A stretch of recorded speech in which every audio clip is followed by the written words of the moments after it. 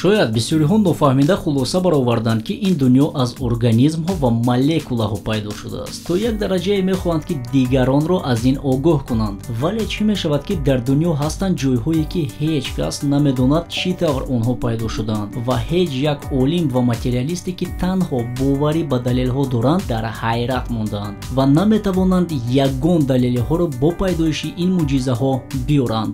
Салом алайкум, ин шабакаи дунёи илму ҳунар аст. Рафтем.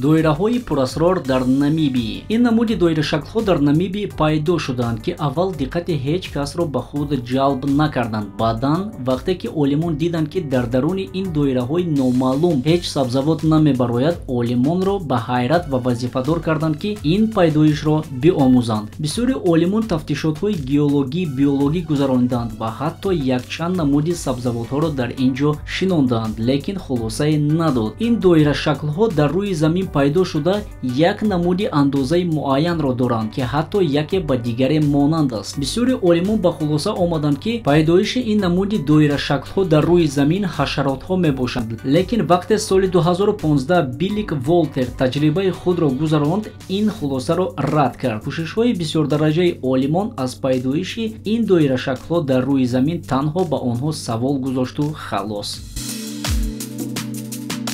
оби ҷӯшони равон. Дар яке аз наздикиҳои ҷангалҳои Амазон як дарё бо номи Шенайтин Пишка бо дарозии 6-10 километр қарор дорад ки бартариати ин дарё аз дигар дарёҳои дунё дар он аст ки оби ин дарё ҷӯшон аст ва дараҷаи гармии ин оби дарё баробар аст ба 91 градус. Вақте ки ягон намуди ҳайвони обӣ вориди чунин об мешавад, дар муддати 5 сония мемирад. тоқати гармии ин обро ҳеҷ чиз ва ҳеҷ кас карда наметавонад.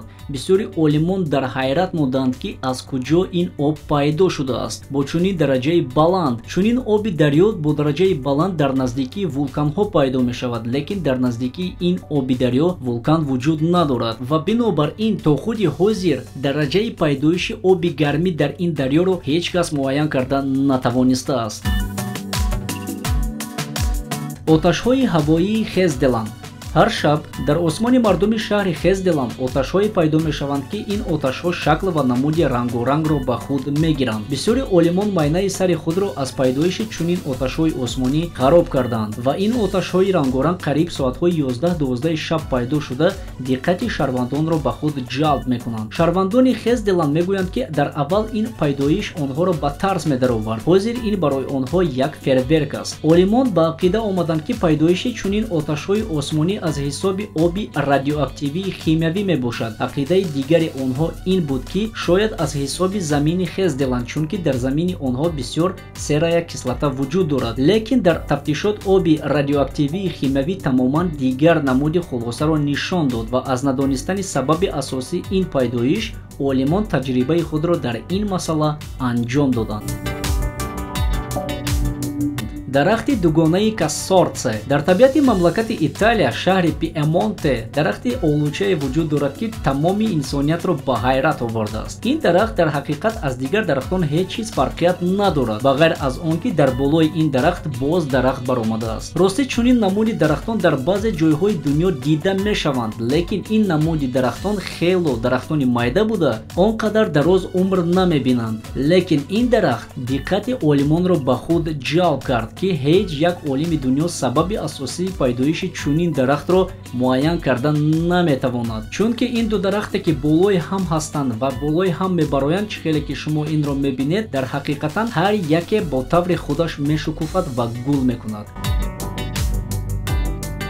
обшори номаълум. бисёриҳо ин обшорро обшори шайтонӣ ном гузоштанд, чунки ин обшор яке аз ҷойҳои муаммор дар дунё ба ҳисоб меравад. ин обшорро диққати ҷалбкунанда барои он аст ки оби ин обшорро номаълум аст ба куҷо мерезад. чӣ хеле ки шумо мебинед, дар як ҷо ду обшорҳо ҳастанд. оби яке ба дарё мерезад, оби дигаре номаълум аст куҷо равон аст. олимон намедонанд ва наметавонанд ёфтан онро ки оби ин обшорҳо ба куҷо мерезад ва таҷрибаҳои зиёдро гузаронданд ва ҳатто онҳо ба оби ин обшорҳо ранги сабзро омехта карданд, то ки бидонанд нуқтаи асосии рехтани оби ин обшорҳо куҷо меравад. лекин садафсӯз бенатиҷа буд. То худи ҳозир муайян кардани куҷо рехтани оби ин обшороро ба ҳеҷ кас надодааст. дӯстон, ман фикр мекунам ки ин ҳама қудрати худовандӣ аст ки ақли инсоният ба он ҳеҷ гоҳ ва ҳеҷ вақт намерасад. чӣ ҷойҳои баҳсии дунёро шумо медонед? дар зери видео нависед. ман бошад бо шумо хайру хуш намекунам.